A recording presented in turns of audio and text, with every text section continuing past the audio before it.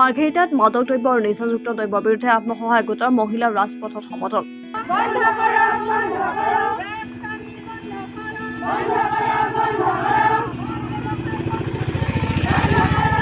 অসম ৰাজ্যিক গ্ৰামীণ জীৱিকা অভিযান এনাজৰী মণ্ডল পৰ্যায়ৰ সংগঠনৰ অন্তৰ্গত মাৰ্ঘেৰিটা ভিতৰ পাৱৈ গাঁও পঞ্চায়তত বুধবাৰে মাদক দ্ৰব্যৰ বিৰুদ্ধে এক বিশাল সজাগতা সভা অনুষ্ঠিত হয়।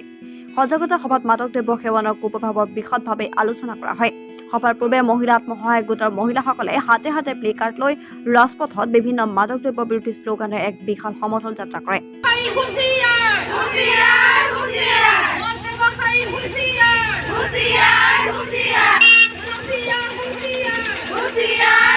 পৰৱৰ্তী সময়ত মূল সজাগতা সভাখনৰ অঞ্চলটোৰ বহুসংখ্যক স্থানীয় গণ্যমান্য ব্যক্তিয়ে মাদক দ্ৰব্য অপকাৰিতা সন্দৰ্ভত বক্তব্য দাঙি ধৰে। উক্ত অনুষ্ঠানত আত্মসহায়ক গোটৰ ৩ শতাধিক মহিলা সদস্য উপস্থিত থাকি সহযোগিতা আগবঢ়ায়। যি ভিতৰপাও গাঁও পঞ্চায়তৰ অধীনত মানে যিখিনি গোট আছিলে সকলো গোটৰ সদস্য বিষয়ববীয়াখিনি মিলি আজি সজাগতা সভাখন আহ্বান কৰিছিলে। এই সভাখনলৈ ইয়াৰ বিশিষ্ট ব্যক্তিসকল প্ৰাক্তন গাঁও পঞ্চায়তৰ সভাপতি, গাঁও প্ৰধান আৰু মানে টিচাৰখিনি সকলোখিনি প্ৰায়খিনি আহিছিলে আৰু ইয়াতে প্ৰায় 500মান মই মহিলাকে দেখিছোঁ। গতিকে ভাল লাগিছে আৰু ইয়াত সিদ্ধান্ত হৈছে যে যিসকল মানে লোকৰ ঘৰত এই ব্যৱসায়টো আছে সেই ব্যৱসায়টো বাকীসকলে মিলি গোট হৈ তেওঁলোকক প্ৰথমতে অনুৰোধ কৰিব। তাৰ পাছত প্ৰয়োজন হ'লে আমাৰ প্ৰশাসনৰ ফালৰ পৰা বিষয়ববীয়াখিনি আহিছিলে, পুলিচৰ অলৰেডি টল ফ্ৰী নাম্বাৰ দি গৈছে, তেওঁলোকৰ নাম্বাৰ দি গৈছে। গতিকে সেই নাম্বাৰত ফোন কৰি যদি নুশুনে ব্যৱসায়টো চলাই যায়, তাৰ পাছত গাঁৱৰ মানুহে সিদ্ধান্ত কৰিছে, ৰাইজে সিদ্ধান্ত কৰিছে সেইখিনি মানে উৎখাত কৰিব, ভাঙি দিব।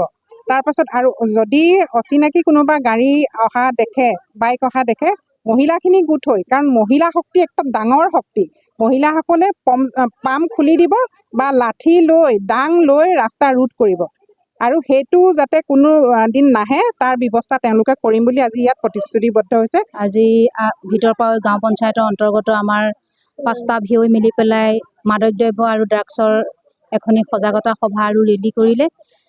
যিবোৰ নেকি আমাৰ ইয়াত ভিতৰপাও গাঁও পঞ্চায়তত ড্ৰাগছৰ আৰু মাদক দ্ৰব্যৰ বেছি আসক্ত হৈ গৈ আছে, উঠি অহা প্ৰজন্ম বেছিকৈ খাবলৈ লৈছে। সেই হেতুকে আমাৰ অৰ্থনৈতিক বা সামাজিক ক্ষেত্ৰত বহু প্ৰভাৱ পৰিছে। তাৰ কাৰণে আমি এই সজাগতা সভাখন পতা হৈছিলে আৰু লগতে আমাৰ এই সজাগতা সভাখনত আমাৰ মানে এটা ডিচিশ্যন লোৱা হৈছে। আমাৰ পুলিচ প্ৰশাসনৰ ফালৰ পৰা আহিছিলে, তেওঁলোকৰ ফালৰ পৰা আমাক কিছু মোবাইল নাম্বাৰ দি গৈছে।